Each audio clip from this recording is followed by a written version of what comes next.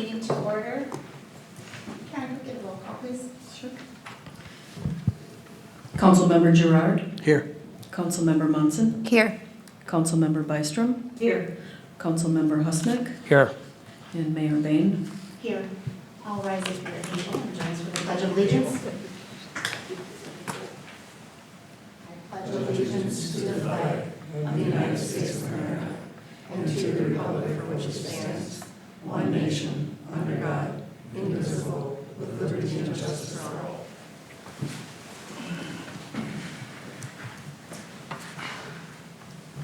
Okay, council members, as we approve the agenda this evening, just a couple of minor adjustments to recommend. So the agenda you have in front of you has generally been updated. You will notice in the consent agenda, there is a new item J, which is a resolution. I believe there may be some discussion on whether or not to pull that from the consent agenda, and if we could keep it on there until we get to the consent agenda, then we can move as necessary. And then I am proposing a new 7B, which is going to be a closed session for the discussion of the MAPE agreement. And then we will come back into open session for the remainder of the agenda. If I will make a motion for to approve the amended agenda as proposed. I will entertain a second. So moved. We have a motion and a second. Any discussion on the agenda this evening? All those in favor signal by saying aye. Aye. Oppose? Abstain? Motion carries. All right, our next item is open forum this evening. Looks like we have one signed up for open forum. Elvin Norby, join us. Welcome. Recording. Okay, my name is Elvin Norby, 10255 27th Jane Street North. Okay, first, I got a question here. Why do you want to destroy SRC? That's number one. Okay, the logistics of that company in handling the old township with 32 square miles, they know what they're doing. I've been here almost 30 years now. Their prices are fair. And for any of you people up there, I'm sure you haven't got a clue what the logistics would be for them to control that big an area, okay? The other thing I have to bring up, there's no voice and no votes. Since the township was taken over in 2001, we have had no votes on anything. Park Place was not voted on. The City Plaza building wasn't voted on. City Hall wasn't voted on. The Y wasn't voted on. Everything is done by you guys. So the citizens in the back have got nothing to go for it. And I was talking to Kelly earlier, big article in St. Paul paper about how Melvin Carter screwed up the trash in St. Paul. He really butchered it. He had no clue what the hell he's doing. But according to the paper, he's got 15 or 16 or 17, what do you call it, staff members. What they're doing, I don't know. So I want to think the legacy here would be, does the city of Forest Lake wants a legacy, you people up here, to be the ones that destroyed SRC. Leave them alone, they know what they're doing. And the other thing is, a new business. They've been here for years and years and you're attacking them. So if somebody wants to come in new, why would they come in this area if you're attacking a current business? And that's what it is. SRC is being attacked for no reason whatsoever. And the second thing is common sense. People ain't got any common sense anymore. And that's what I would like to see this council exercise some common sense in making their damn decisions, which helps the whole of the 36 square miles, not just this 4 square mile downtown. Thank you. Thank you. That ends this evening's open forum. And with that, I will entertain a motion related to the consent agenda. Council members, we have items A through M in front of us. Madam Mayor, I'll make a motion to pull items 6H, I, and J. Very good. And motion to approve the others? Yes, motion to approve the others, but pull those. I'll second. Motion and a second, any discussion? All those in favor signal by saying aye. Aye. Oppose? Abstain? Motion carries. Consent agenda item 6H, and we can consider these individually or all together, whatever is council's pleasure. I'm fine all together. I'm fine all together as well. I'm fine all together. Maybe we could start the discussion with, Patrick, do you want to outline what we Sure. have in front of us with resolutions? Sure. 1, 2, and 5? Every 2 years, as you may know, the state bonds out and requests projects from local municipalities, state agencies, and anyone else who's interested in including their projects into the bonding, what's called the bonding bill. When we were informed of this process, we sat down and tried to determine what priorities we may have to include in the bonding bill, and we basically came up with 5 priorities.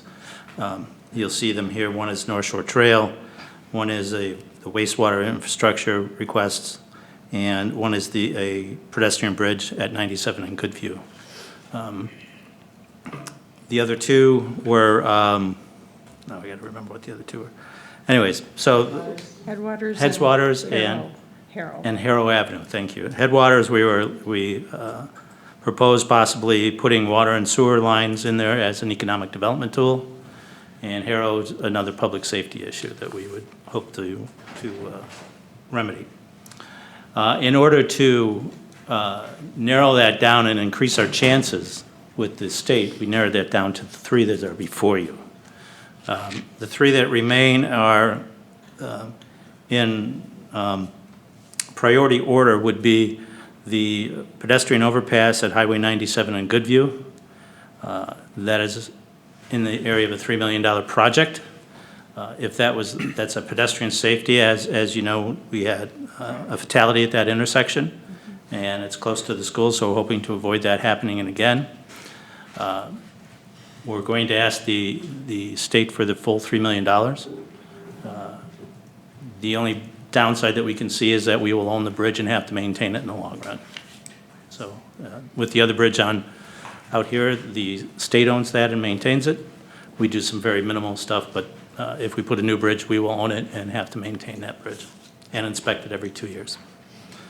The second priority is for North Shore Trail repaving, which includes pedestrian facilities. Many of you know, and those who live on North Shore Trail know it's a busy road, it's a narrow road. A lot of people like to walk along North Shore Trail. It's a pedestrian nightmare, to be quite honest with you. It's dangerous to walk down for any pedestrians because, especially if you have your headphones on, you won't hear the cars coming. So that is the second priority. We think that that's a real good issue for the state to consider. And finally, the wastewater infrastructure bonding request. As you know, some of you council members know, we are just completing rebuilding in many of our lift stations in the city. This request would ask for money to complete that project. I think it's 10 more lift stations, and have some assistance with that. We would probably use matching money on that to incentivize the possibility of getting those funds. We'd also probably match a little bit of money on North Shore Trail. So those are the 3 projects we're working on right now. The deadline to apply for those is this Friday. We're working diligently to fill out the grant forms and get the descriptions done, and we're sure we'll meet that deadline. And to my knowledge, this is the first time Forest Lake is going to apply for bonding money, and I think that's a good thing on our part to do, and should be a pattern that we practice in the future to try to see if we can get some state money for these special type of projects. Questions, absolutely. When we had the discussion at our last meeting about these items, you had them listed in what you felt was order of priority, with Headwaters being at the beginning, or being number 1 on that list. What happened? What changed that? Well, we've met with the representative at Detmer. We've talked with a few state officials. We've talked it internally. It really comes down to what we believe will kind of sell the best. Okay. You know, the bridge, the pedestrian bridge, definitely has a story behind it that people can get behind, that the legislature and their aides and whoever else does the decision making can get behind. So we think that's a real good story for us. The North Shore Trail also is a safety issue, and when these kind of things come up, they're always looking for safety is a big concern, and it's a big plus in any type of application. So the North Shore Trail is a pedestrian safety. You know, the county used to have that and used to take care of it, so we have a story with that where we've taken this big burden on to having to pave this huge road. So that's, I think, a good story. And finally, the wastewater, jumping back for a minute, we took a look at all the past projects, so many of the past projects list that's been approved by the legislature and their committees. And two things stood out. One was wastewater and one was safety issues. We have three things that look like they're right in the ballpark for what they usually, or what the common pattern of practice is. And we can make the best story, but also justify the need for all three of these projects better than the other two that are remaining. But Harrow is a safety issue as well. Correct, but the North Shore Trail is a huge dollar amount more than Harrow is, we believe. And we know if we start putting 5, 6, or 7, they're gonna get knocked out pretty quick. Yeah. So we have to choose. I mean, probably putting in 3 might even be pushing it, but being that it's our first time doing this, I think it leads us to show whoever's doing the decision-making that we'll be back in another 2 years with maybe some of the same projects we asked Okay. for. I'll just add on to that, I think any project that's going to be successful is going to require broader support outside of just Forest Lake. There's some discussion with some regional stakeholders.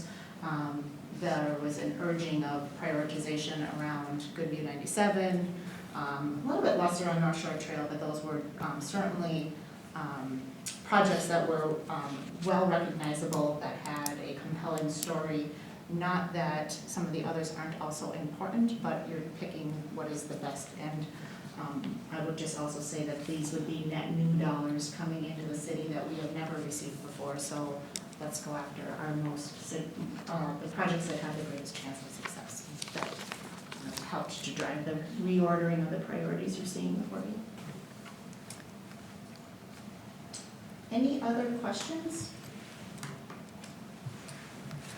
Well, Madam Mayor, with that explanation, I would make a motion that we approve the consent agenda items 6H, 6I, and 6J. I'll second. The motion and a second. Any further discussion? I would just maybe as a matter of process here, applications will go in on Friday. From them, there is typically some interaction at the staff level with the Department of Management and Budget. Ultimately, some interactions with key stakeholders, key lawmakers. Generally, there is a tour that's given so lawmakers are able to see all applicable projects. And that's really the time for council and concerned citizens to really get involved, help to tell the story, and that is kind of what we are driving towards as our goal is to be on the governor's list as the governor's budget is presented to the legislature in early January of 2020. So timeline, things to be aware of. So this is just the start of the process. With that, I'll call the vote. All those in favor signify by saying aye. Aye. Opposed? Abstained? Motion carries. Next up, we have item 6A, which is the 2018 audit presentation. 7A, 2018 audit presentation. Welcome. Thank you. Good evening, Madam Mayor and Council. Tonight, I'm going to be going over the results of the 2018 audit. I'm Jackie Knowles with Bergen KDV. The main purpose of our audit is to offer our independent auditor's report on the city's financial statements. Management is responsible for the numbers and the amounts within those statements, and our responsibility is to test those amounts and provide an opinion on them. And this year, we are able to offer the city an unmodified opinion. It's the best that we can give. It's the same that you've been receiving. And that provides assurance that the financial statements are presented fairly. So the activity within 2018 and also those balances at December 31st. We also issue a report on compliance with Minnesota legal compliance. So that's looking at a number of state statutes that the Office of the State Auditor requires us to look at, and we didn't have any findings there. We did have 2 internal control findings. Lack of segregation of accounting duties should sound familiar. That's a continuing finding that has to do with the small staff at the city and some overlap in some of the transaction processing duties. There is a new one, prior period adjustment. This was something that came up in 2018 that should have been recorded back in 2017, actually. It relates to the sale of the former City Hall site. Since that TIF agreement was signed in 2017, basically stating that you're going to get $700,000 once that pay-as-you-go note is paid off. So you're going to get the $700,000 through TIF collections. That should have been recognized on the books as a note receivable in 2017, but it wasn't. And so now you will see it on the general fund statement in 2018. And the city does submit for the CAFR award, the Comprehensive Annual Financial Report with the Government Finance Officers Association. 2017 was the 13th year, and we do anticipate that the city will receive the award again in 2018. So moving on to some of the financial highlights for the year. For the general fund, you had budgeted revenue of almost $9.5 million. Expenditures were almost equal to the revenue projection at $9,443,840. You had budgeted net negative or transfers out of $15,000, which brought you down to a balanced budget. So anticipating no change in your fund balance during the year.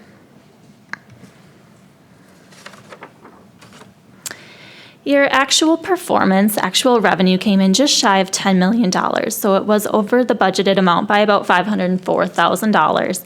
And that was mainly development related, with being conservative with the budget for development and construction activity, building permits, charges for services related to plan check fees, things like that. Expenditures came in under the budgeted amount in total by about $141,000. And that was primarily within the public works category. And there were a number of things there. It wasn't one large item. It was across overtime, fuel, repairs and maintenance, seal coating. So kind of across the board within public works. The general fund was able to transfer out about $834,000 to other funds. It was mainly for future capital improvements and capital equipment purchases. It also was transferred out to the Park Dedication Fund to help pay down that loan with the Water Fund. And so as a result of the 2018 activity, the general fund total fund balance decreased about $68,000, or that's about 1.2%. When we look at what makes up your fund balance, in the general fund, you can see that it is mainly unassigned or available for spending on any purpose. The non-spendable is money that's already left the building. It's been spent on prepaid insurance and other prepaid items. And then there's a small amount that council has committed for specific purposes. When we look at what your unassigned fund balance is, we like to take that in comparison to what your fund balance policy is. And your fund balance policy is that your unassigned fund balance should be equal to 50% of the subsequent year's budgeted expenditures. And the $5.3 million at the end of 2018 is 56%. So you're right in line with your policy, a little bit above what your policy recommends or requires. In total, your revenues in 2018 were very consistent compared to 2017. They were down about $90,000 or 0.9% in total. And that was mainly due to a decrease in licenses and permits, just with less development going on looking back to 2017. When we look at percentage-wise, where the revenue is coming from, we're very consistent between 2018 looking back to 2017. Licenses and permits were 7% in 2018 compared to 9% in 2017. But otherwise, a nice consistent revenue stream coming in. And this graph looks at your total tax capacity at the city. And that did have a large growth year in 2018. Your levy was up, but not at as high as a rate as the growth in the tax capacities. So we do see a decrease in your rate in 2018 down to 41.87% this year. And then moving on to expenditures in the general fund. In total, they were up about 2.4%. And the main reasons for that increase was within public safety and public works. Public safety, there were increases in wages, building plan review costs, and repairs. And public works was due to higher costs for seal coating and overlays. And then also there was an increase in contracted services related to the Second Avenue project. And those two increases were partially offset by a decrease in capital outlay. You'll see that was 0 in 2018. As planned, the city is moving all of those capital equipment type purchases into the capital equipment replacement fund. So that's what's being paid for out of the general fund is just main city operations, none of that equipment that kind of varies from year to year. So that way we can see just more of a consistent picture in the general fund each year.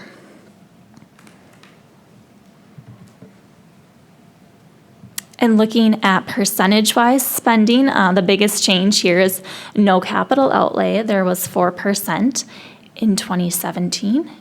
And then public safety and public works were increased as an offset to that decrease in the outlay.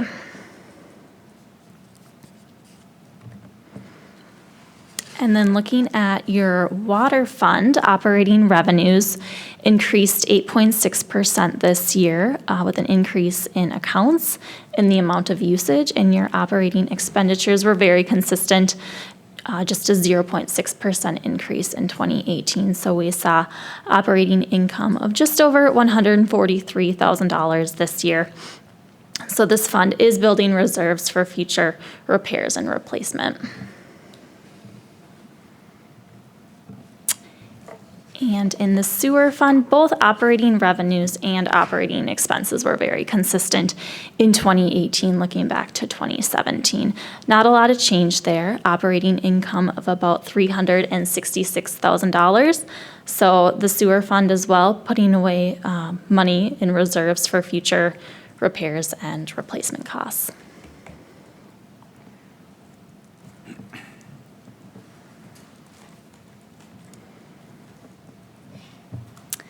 And that concludes my presentation. I don't know if there were any questions that I can answer. Any questions? How do we compare to other cities this size, just with our audit? I know you found the finding about the accounting, and I'm hoping our discussion later about the finance director will help that some, but how are we related to other municipalities? In terms of finances, increases, decreases, I mean. It's I tough know to it's not apples to answer apples, because, yeah. right, each city has their own needs and activities going on that are going to vary from city to city. As far as findings, the lack of segregation we see pretty much everywhere. Unless you're a very large city with a very large staff, you're gonna have that finding. The prior period adjustment is also pretty common, as well as you didn't have that here, but material audit adjustments, so things that we're finding with the audit that we're proposing to be corrected are somewhat common as well on the finding side. For finances, I don't know if I can really, give an overall answer to that unless you had something more specific. No, I think more the findings was Okay. my question of how we compared to other cities, so that makes sense to me. Okay. Are there any, regarding the segregation of accounting duties, it sounds like it's pretty common, but have there been, to your knowledge, any kind of creative solutions in other cities, any best practices around that? Other than staffing, which I know, is a little prohibitive given, the cost benefit, I guess, right? Right. It is always a cost benefit analysis. Right. Yeah. We just recommend, at least each year, maybe at the beginning of the year with audit prep for city staff to kind of review their internal control procedures and see if there's any way a different level of review even at the end with a different staff member can be added in. We do look at Forest Lake's internal controls, and there are quite a few cases where there are some mitigating internal controls that are in place, and so that finding is kind of at our mid-level finding. It's not at the highest level because we do recognize that the city has those internal controls in place. A lot of cities will ask, what would it take to get rid of that? And a lot of times it is like 1 or 2 FTEs, so it does come down to that cost-benefit analysis of if it's worth it or not. Has anybody used an internal audit committee in any way, shape, or form? I mean, is that? A true internal audit committee, I think I've only seen at the very biggest cities. Okay. Yeah, they're not very common at mid-sized cities, I would say. Okay. Just from my experience. Thank you. I have a question on the material weakness, the restatement, and I understand material, you said $700,000. Was that discovered by staff throughout 2018 and adjusted then, and it's an adjustment because it's back to 2017, or was this something that came up as part of the audit? And Hannah can maybe offer more too, but I think it kind of came up with having Ellers look at some of the TIF districts and some of that activity. Yeah. The reason it's a material weakness or a prior period adjustment is because it should have been booked in 2017. I understand that, and also the dollar amount. Yeah. And then help me to understand the accounting on it. Is the offset to fund balance, or is the offset No, balance sheet so reclassification? within the general fund, it does not affect your fund balance because it's not available. Yeah. It's not going to be coming in for many years down the road. And so there's this deferred inflows of resource category. It's kind of like a liability, but not exactly. It's basically just to offset that asset, the note receivable, until you actually start receiving that money. Balance sheet classification only. Right, yep. Very good. Thank you. Any other questions related to the audit? Hearing none, I will entertain a motion to approve the audit report. I'll make a motion to approve the 2018 audit report. Second. There's a motion and a second. Any further discussion on this item? I was trying to say, this is always a lot of work for staff and it's dedicated to these staff, so thank you to all parties involved. It's great to see the results. We can finally turn the calendar to 2019 fully. Yes. Put 2018 to bed. With that, I'll call the vote. All those in favor, signify by saying aye. Aye. Aye. Opposed? Abstained? Motion carries. All right, thank you.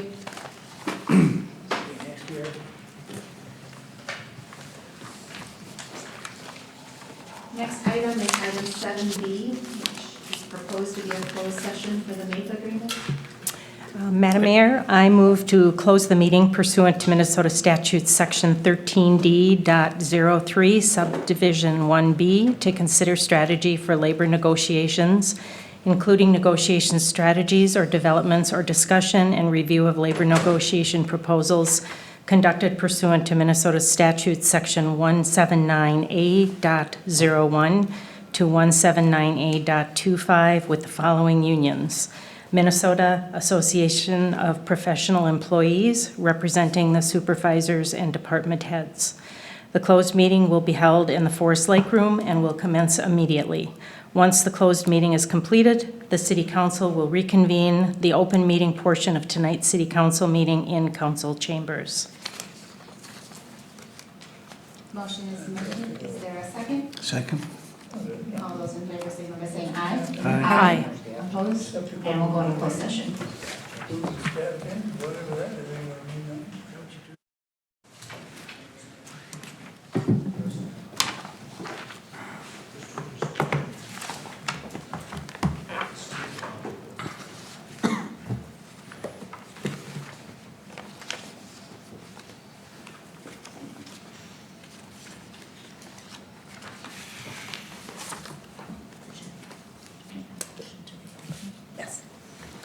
Okay, I will entertain a motion to reopen our meeting.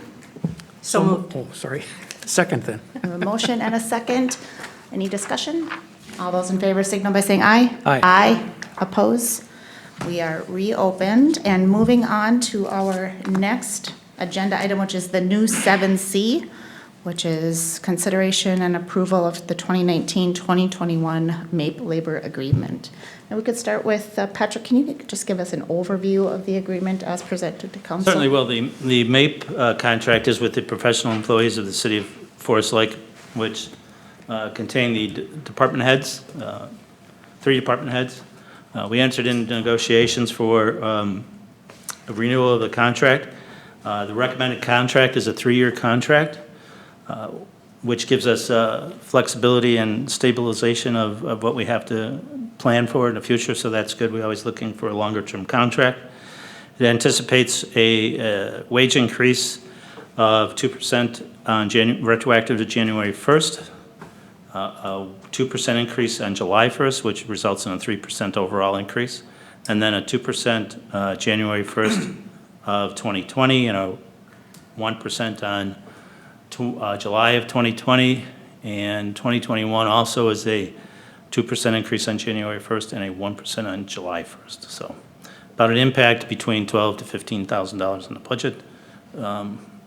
I believe it's a good contract. We've cleaned up a lot of the language, eliminated some of the things that had been in the contract for a while that are pretty much meaningless to anybody. And I think we have a good agreement. I believe the department heads are happy, I'm happy, and I think it's a good deal for the city. And when you say department heads, Patrick? Police, fire, public works. Okay, thank you. Any questions? Hearing no questions, I will entertain a motion. Madam Mayor, I'll make a motion to approve the 2019 to 2021 MAPE labor agreement. Second. There's a motion and a second. Any discussion on this item?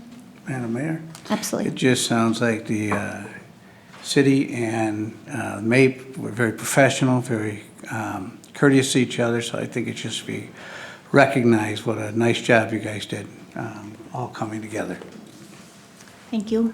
I will just piggyback on that comment, also say it's nice to have all of these contracts completed, and we are not yet to the end of June, so it's nice to have all of those open contracts ready for hopefully now final approval.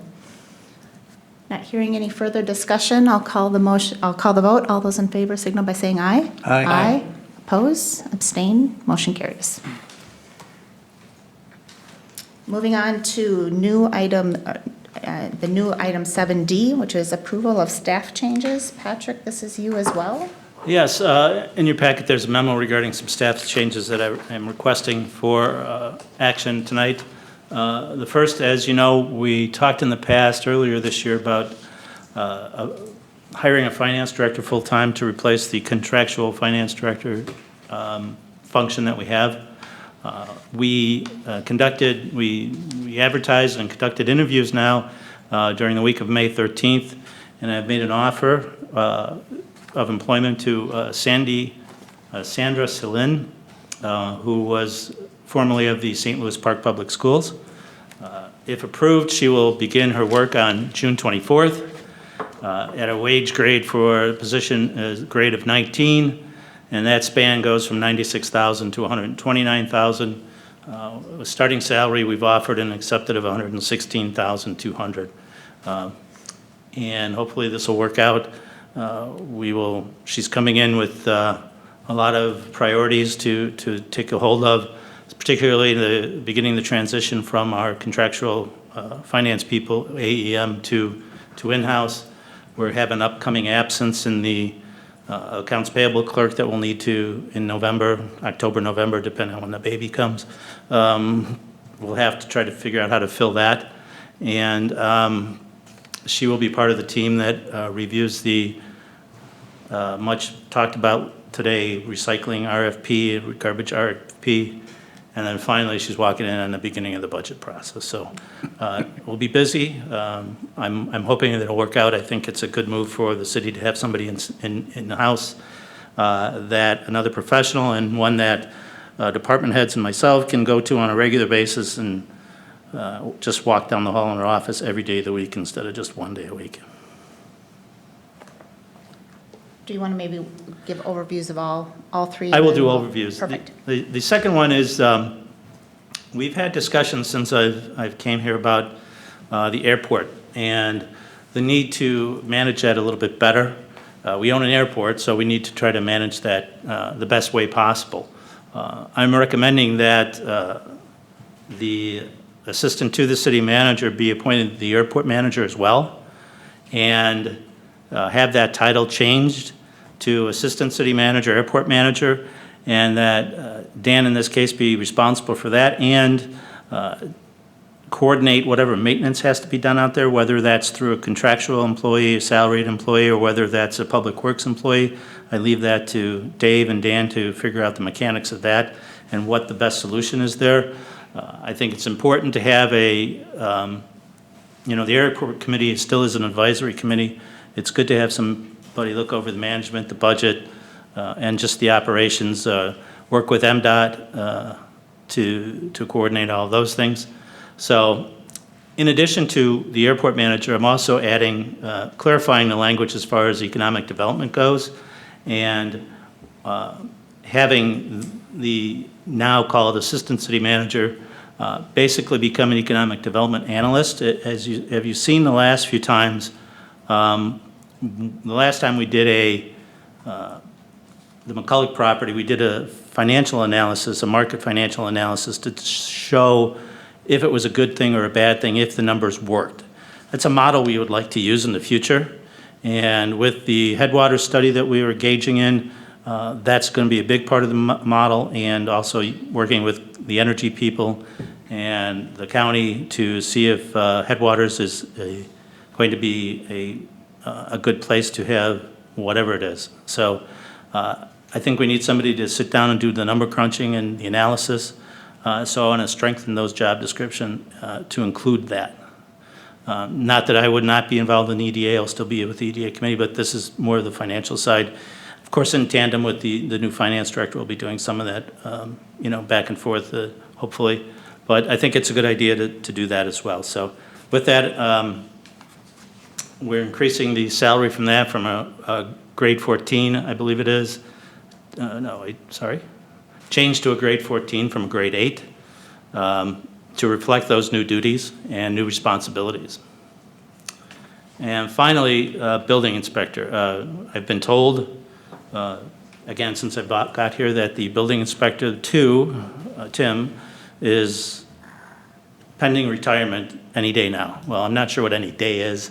I think it's been extended a couple of times, and not that we want to push Tim out the door or anything, but what we want to do is plan for the future when he actually does go out the door.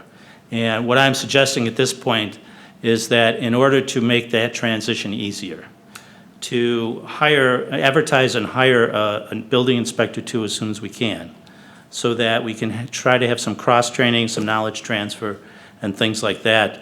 That I think is important, to have some new person come in and learn all that stuff and benefit from the building inspector we've had and who's been here many years. I just think it's a good idea to transition. The other thing that I'm always concerned about is that if Tim would walk out the door, say, I'm leaving in 2 weeks, it's a busy season. We can't afford, but it's not going to be a good thing. We could go to a private inspection firm to do some of that work, or we could try to fit it in with our current staff, which means delays in inspections and unhappy contractors. And we don't want that, particularly with the kind of revenue that we get from those activities. So I would like to begin to form a job description and get that advertised so that we can recruit Tim's replacement as soon as possible. I can only say from my perspective, that's a good idea, because I think it's going to be a tough job. Well, It really is. and just building inspectors, they're hard to find.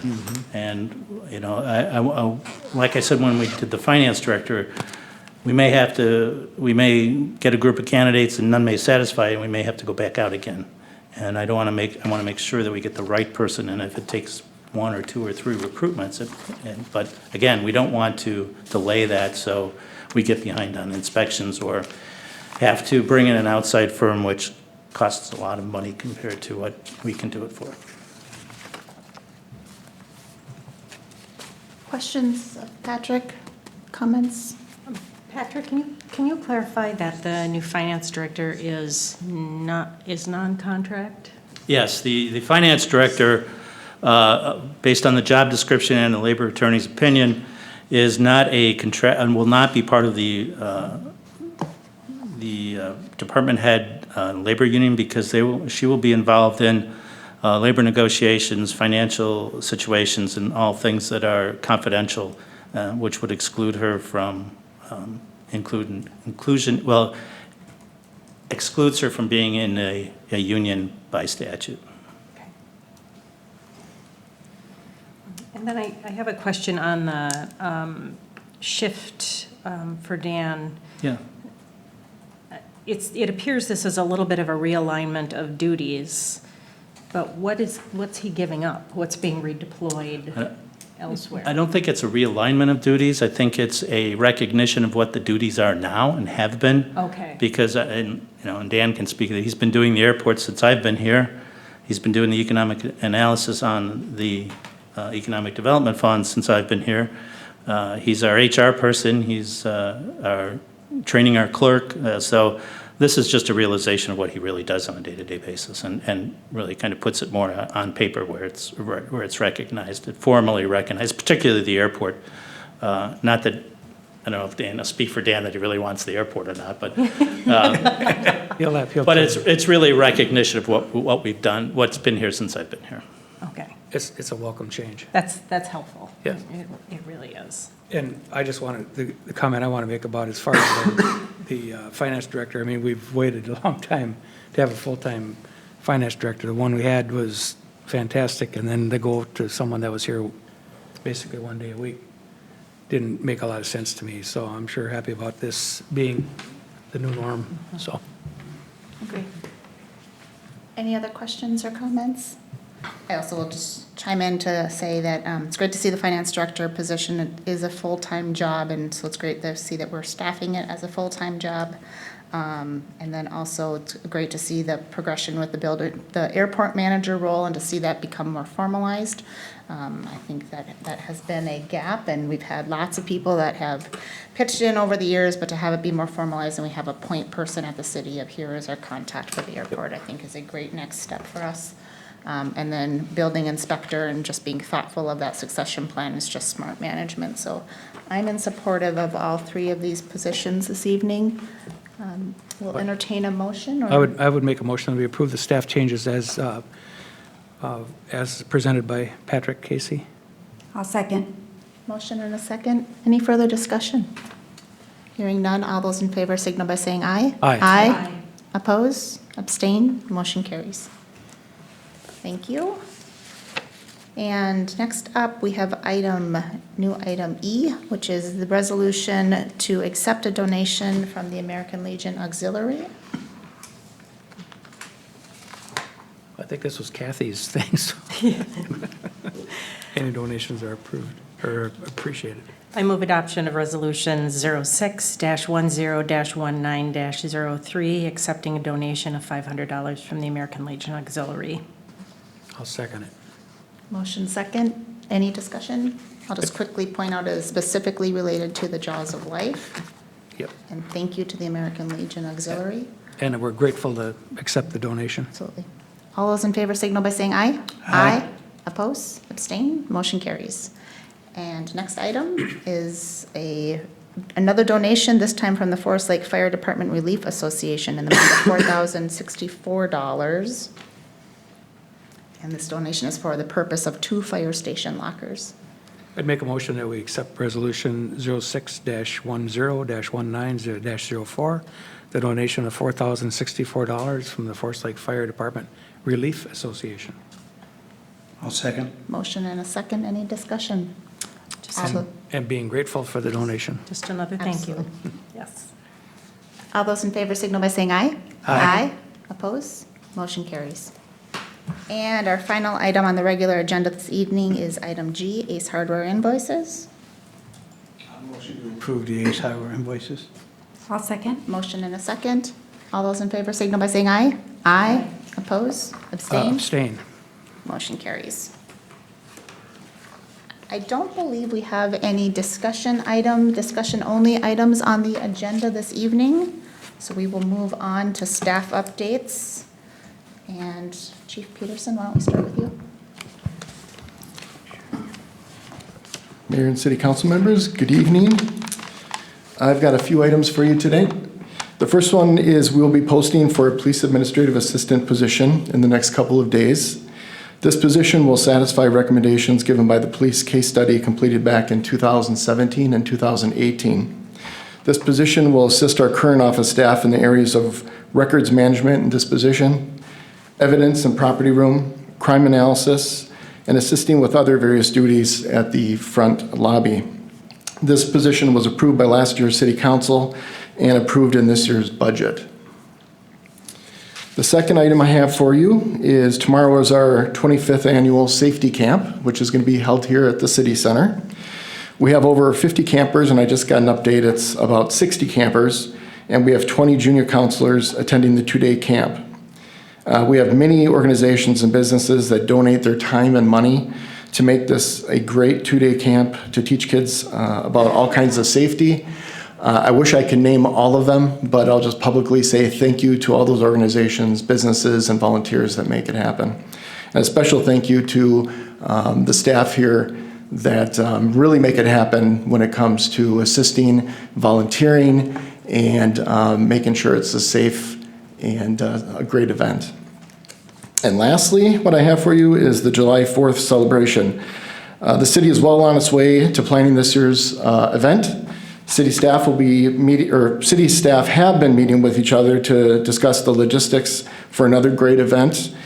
City staff have also been meeting with the American Legion representatives on a, not a daily basis, but every other week to go over those types of logistics with the parade route and those things.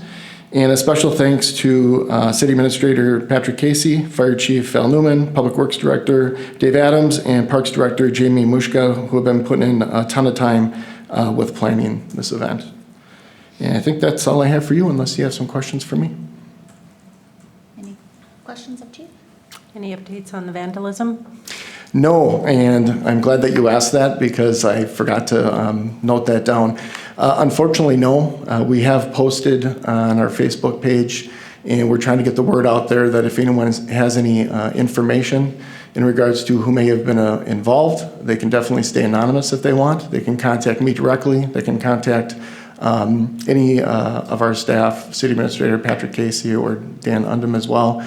And if they'd like to meet with us or just send us a quick email, that's perfectly fine too. But we definitely know about it. We're investigating it, and we're taking it very seriously. Thank you. Madam Mayor, I just said one thing. Absolutely. Earlier, I talked to Chief Peterson about concerns that I've been hearing about over in our neighborhood. One of the parks there, people coming in at 10:30, 11 o'clock and parking back in there. And I did bring it up to Chief Peterson just so he knows what's going on there. And seems to me that probably nothing good is going on there. So I appreciate any indulgence you can give us on that, Chief, so thanks a lot. Yeah, definitely. Thank you, Councilmember. I will be letting our patrol officers know to definitely give it some extra patrol in all the parks late at night. And we try to hit them as much as we can, but we can't be there 24/7. Sure. But I do appreciate that. That's how we're notified. We don't know until someone says something. So I appreciate Thanks community members coming up to you and letting you know. Sure. Would it be helpful to post something on the PD Facebook page around curfew? Sure. Yeah, we definitely can. I'm not sure the last time we did that, but that's a great idea, and we will do that. Just a reminder. Curfew and Signs park hours right around. Park hours, Yeah. curfew. There's signs out there, but nobody knows how to read them, I guess, so. All right. Dan? Mayor, members of the council, speaking of the 4th of July, I just updated the 4th of July schedule on the city's website today. Started looking at the traffic, and we're starting to see the June spike in traffic onto that page. So got the new schedule updated. New this year, I put on the top of the page kind of not a call to action, but there's like something like if, like for instance, the Legion now is looking for volunteers for the parade. So I put a call-out box at the top of the page that says Legion's looking for volunteers for the parade. Here's where you get the information. We'll switch that out with other events that come forward. We're trying not to make it where it's a laundry list, but that page will get quite a bit of traffic between now and the 4th of July. So I'll keep whatever information pertinent to the event on the top of that page. The schedule is current as of today, but it always is subject to change, and as changes come in, as the schedule kind of moves a little bit, we will get those updates made to that. Also, the new EDA website is well into production. Met with LATV, or Paul from LATV last week. He shot some new drone footage of downtown and of the Headwaters 123 acre site. I viewed the footage today, and it's phenomenal. It's just his action shots of what he has, and coupling that with some of the videos from last year that I got that he shot at Arts in the Park, it's going to be a great landing. When you open the page, it's going to be a phenomenal. My wife saw the teaser I was working on over the weekend, and she said, "Who shot that video?" It's like, I want to go there. So a lot of good stuff going on there. Copywriting is being done. I'm working on the copywriting for the website right now, so I'm hoping to have all of that done for the next EDA meeting so I can soft launch it for then.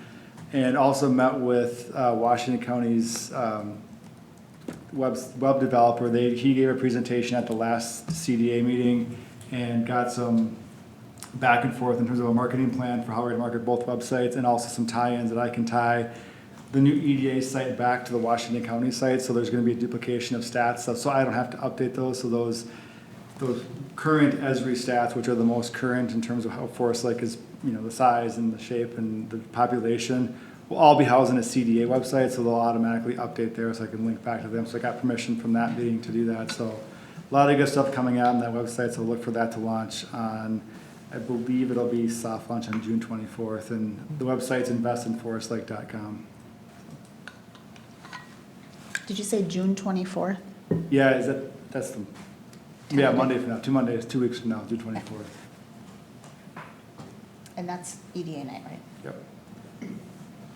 It'll probably be published the weekend before, so you'll have a weekend to review, but there may be some final tweaks between it goes live. I'll publish it live on like the Thursday before the meeting in conjunction with packet release, but Right. from the time it launches then to Monday, there's still gonna be some tweaks going on to it, but for the most part, it'll be pretty much done on the Thursday before, so look for that at the end of June. Very good. Thank you. Any questions of Dan? Chief Newman? Mayor and council members, at the last council meeting, you had asked for an update on the hands-only CPR class. Yeah. And so, since the first of the year, we've held over 11 classes here at the city center, actually one again tonight. We've taught over 300 plus people through the class at 24 people for max class attendance. We have been out in the community. We met with FLA here a few weeks ago, and they are actually in the next, starting this year, they're going to run all their coaches for all their sports through our program. So we're going to get trained people, out in the public and in areas that, have the highest risk, and hopefully, if we ever have an incident, they'll have trained people.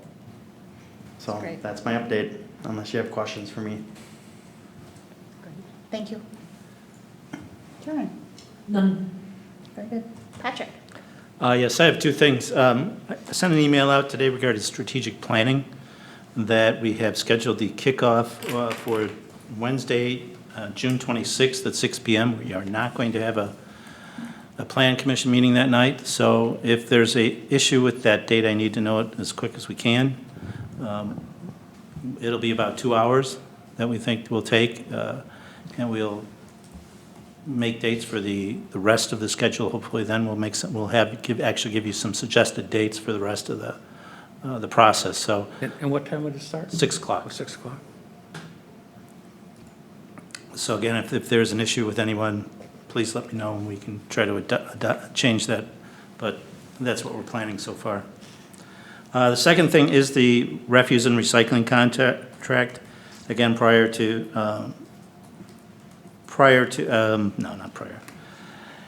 we have sent out the RFP, as you all know, to solicit new vendors. Now, we're soliciting vendors not to wreck a company or to put a company out of business. We're, like any other business, should be soliciting the best service for the best price. That's what we're doing. If the current vendor can meet that, we'll be happy to continue employment of that vendor. However, with that being said, as you know, our current vendor's contract expires on August 3rd of this year. Knowing that we were on a tight RFP schedule and review schedule, we approached the current contractor and asked for a 3-month, an extension until the end of November. Just in case we had to have a new vendor, we picked a different vendor. We thought we would need some transition time to do that. That vendor refused, our vendor refused to extend the contract, which puts us in a position of either A, hiring that vendor again, or trying to transition to a new vendor quickly. I was hoping that we could get an extension either way, just so we could be comfortable, but that's just not going to happen for whatever reason. With that, we sent out an amendment to the contract, to the RFP, asking for anybody who responds to the RFP to include a plan and any possible pricing to take over garbage collection in the city of Forest Lake on August 5th. That will be now part of the analysis of the RFP and be part of the decision-making process that we will look at when we get the RFPs. Those RFPs are due on the, I believe it's the 28th of the month. Being that August is only a month away, basically once we get those back, we're going to be on a tight time frame to turn that around. We're anticipating bringing that to the council meeting of July 8th, I should say, for your consideration, or at least for your review to begin with. If there's more questions or we need to go deeper into it, I would recommend a special meeting on the Wednesday following that Monday, so that we can give, if it's a new vendor, I'm not saying it's going to be, but if it's a new vendor, the most time they possibly can get to turn the contract around. Speaking with the vendors so far that have called regarding this issue, I believe there's an ability of most all three of the vendors I've talked to do actually what we're talking about. Either it's putting out new cans or collecting garbage in plastic bags, whatever it might be. So I think there's a belief on all three vendors that have called and questioned that about the amendment, that they could probably serve the community without interruption. So, and that's what I have. Questions for Patrick? I think just note for council of be prepared for some time to be spent. That you know, that meeting with that first discussion is right after the 4th of July. So plan some time over that holiday period to get through that packet, and because we're going to need to make a decision or at least give staff feedback on what's needed if we do need to go into a special session, because that date is looming around the corner, and if we don't have an agreement for an extension, we do have some unfortunate limited options that are going to require us to act quickly. So get your reading glasses ready. So, Bridget. Thank you, Your Honor. No updates. Very good. And Dave? Just a few things. The state aid street improvement project is moving along pretty well.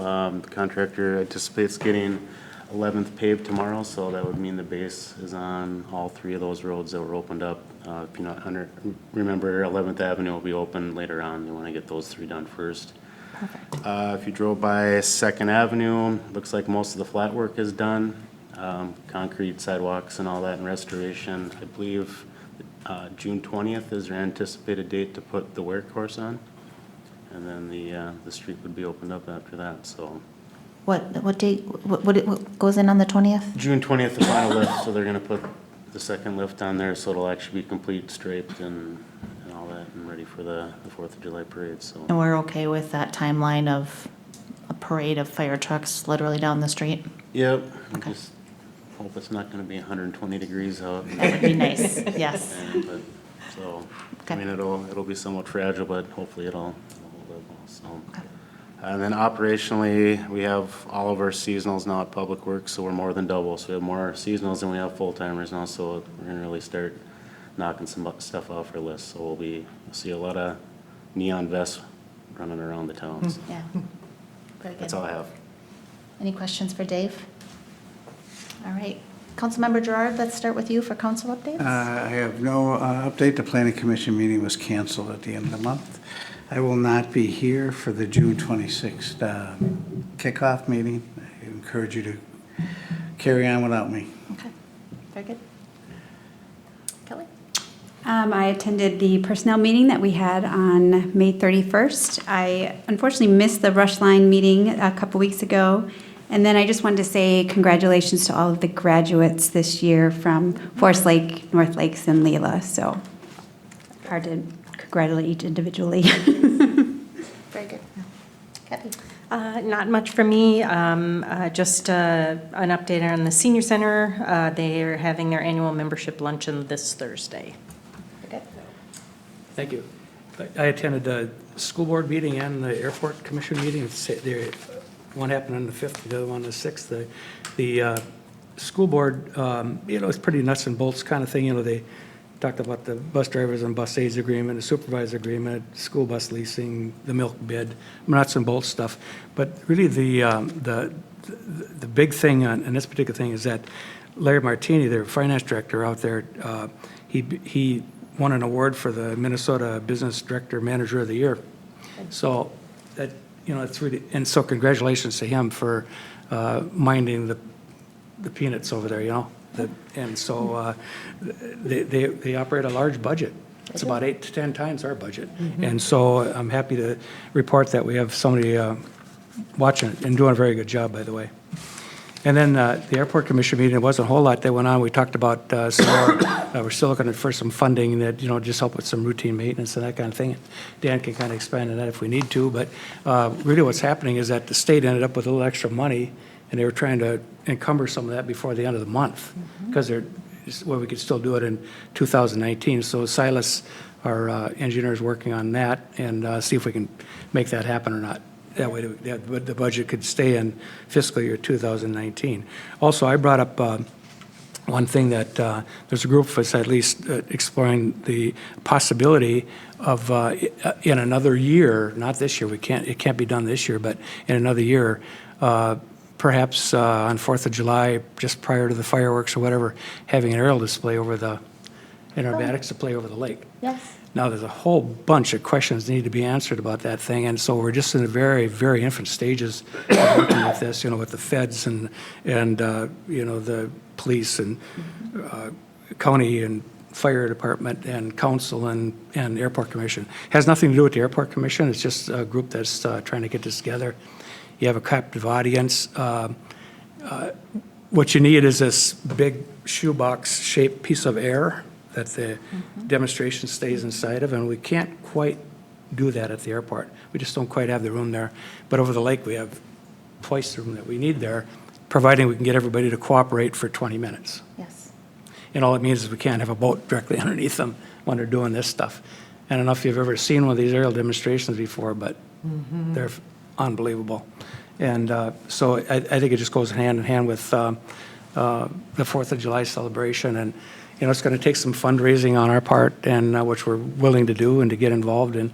And we're already getting involved with the feds and starting out with that process. So it'll take a whole year. There'll be lots of discussion going along. And meantime, if you want updates like at our workshops, I'd be happy to do that. Okay. So, and that's all I have.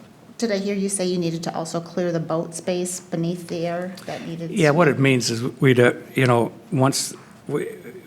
have to somehow say, folks, look, we need, from certain time to certain time, you got to be around the shoreline. You can't be in the lake, And we decided that the 4th of July would probably be the best, because you're really not going to disturb any fishermen that day, because there's so much activity out there. And all we're going to ask for is everybody to cooperate for about a 20-minute routine, and that's it. So I think getting in the lake, getting some feedback from the Forest Lake Association would be really valuable. Oh, absolutely, the parks and everybody, you bet. Portion of the lake can get very crowded as people are taking position and literally camping all day for a fireworks spot. So some logistics to think about. And it would depend on exactly what time you slate it for, and it depends on weather and all kinds of things. So the statement is about the first out of about 1 million. And if that weekend weren't successful, there's a lot of other. So I think it's a great event, and perhaps some other weekends also could be earmarked. Yeah, it could be in conjunction with the Arts in the Park or something like that. But the 4th of July is so many people there already watching. Right.